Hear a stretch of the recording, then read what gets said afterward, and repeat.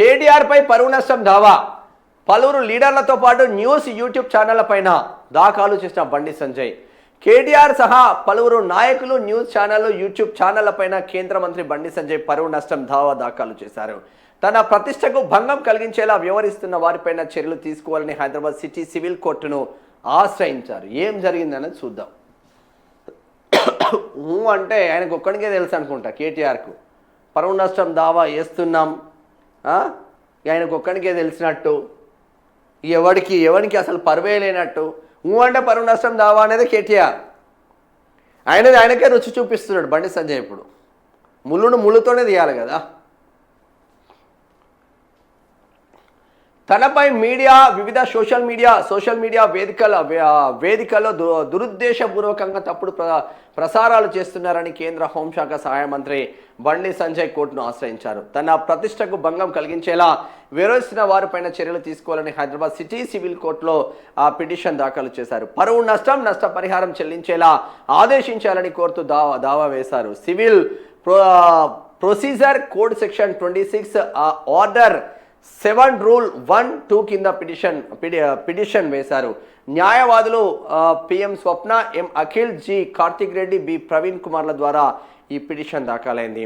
19 Telugu news ఛానళ్లు, 50 X ఖాతాలు, 99 Insta accounts, 45 YouTube ఛానళ్లపై దావా వేశారు. బండి సంజయ్ పిటిషన్తో బీఆర్ఎస్ వర్కింగ్ ప్రెసిడెంట్ కేటీఆర్, ఆ పార్టీ నేత ఆర్ఎస్ ప్రవీణ్ కుమార్, క్రిషాంక్ వంటి నేతలు ఎక్స్, ఇన్స్టా పోస్టుల వివరాలను పొందుపరిచారు.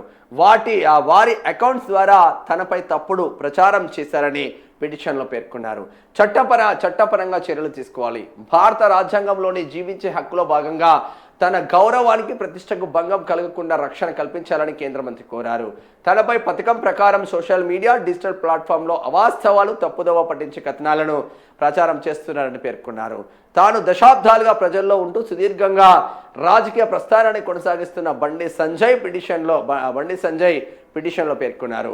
కరీంనగర్ పార్లమెంటు నియోజకవర్గం నుంచి 2 సార్లు ఎంపీగా ఎన్నికై బీజేపీ రాష్ట్ర అధ్యక్షుడిగా, జాతీయ ప్రధాన కార్యదర్శిగా బాధ్యతలు నిర్వహించిన విషయాన్ని ప్రస్తావించారు.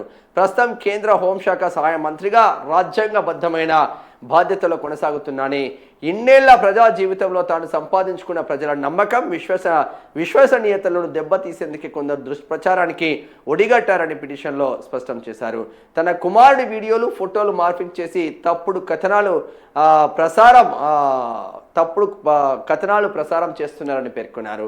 ఈ వ్యవహారంలో బాధ్యులైన వారిపైన చట్టపరంగా కఠిన చర్యలు తీసుకోవాలని, తప్పుడు ప్రచారాలను నిలిపివేసేలా తగిన ఆదేశాలు ఇవ్వాలని న్యాయస్థానాన్ని ఆశ్రయించింది. చాలామంది వాడు ఇబ్బందులు పడ్డప్పుడు, ఇదే యూట్యూబ్ ఛానల్ వాళ్ళు చాలామంది ఇబ్బందులు పడ్డప్పుడు ఇదే బండి సంజయ్ కాపాడండి.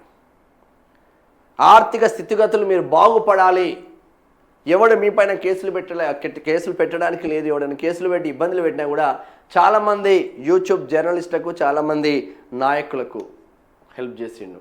ఇదే ఆర్టీవీకి అనేక రకాలుగా అండదండలు ఇచ్చిండు. కానీ ఇప్పుడు ఆర్టీవీ ఎవరి వైపు వెళ్తుందో అర్థం చేసుకునే ప్రయత్నం అయితే చేయండి. అందు గురించే దాదాపు ఇటు కేటీఆర్ పైన మెయిన్గా పరువు నష్టం దాఖలు చేసిన నేపథ్యం మాత్రం ఉంది. మరి ఇది ఎంతవరకు పోతుంది ఏంది అనేది చూడాలి. కేటీఆర్ ఎక్కువగా వేస్తూ ఉంటాడు, కొంచెం చిన్న అలిగేషన్ వచ్చినా కూడా పరువు నష్టం దావా అంటాడు. అంటే కోర్టుకే మనోడు పీకి కట్టలు కట్టేది ఏం లేదు కేటీఆర్. అందుకే ముళ్ళుతోనే తీయాలని గట్టిగానే ప్రయత్నం అయితే చేస్తూ ఉన్నాను. వదిలేస్తుంది ఇక్కడ కేటీఆర్కు పోటీ ఎవరనుకుంటావు? బండి సంజయ్ కాదు.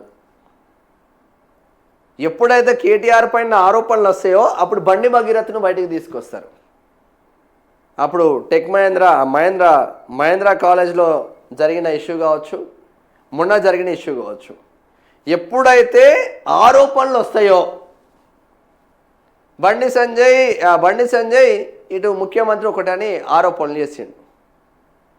రానికి దమ్ముంటే చూసుకుందాం రాని బయటికి వచ్చేసరికి ప్రెస్ మీట్ పెట్టి బండి సంజయ్ తిట్టి బండి సంజయ్ కొట్టే అంత అయిపోయా.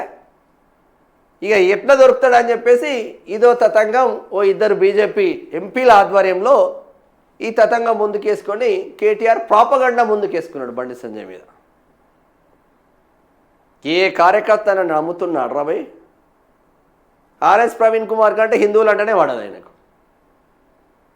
ఇక బండి సంజయ్ ఉంటే మళ్ళీ హిందూ రాష్ట్రాన్ని చేస్తట్టున్నాడు రా నాయన. దొరికిందే ఛాన్స్ అనిగా వదులుతలేరు.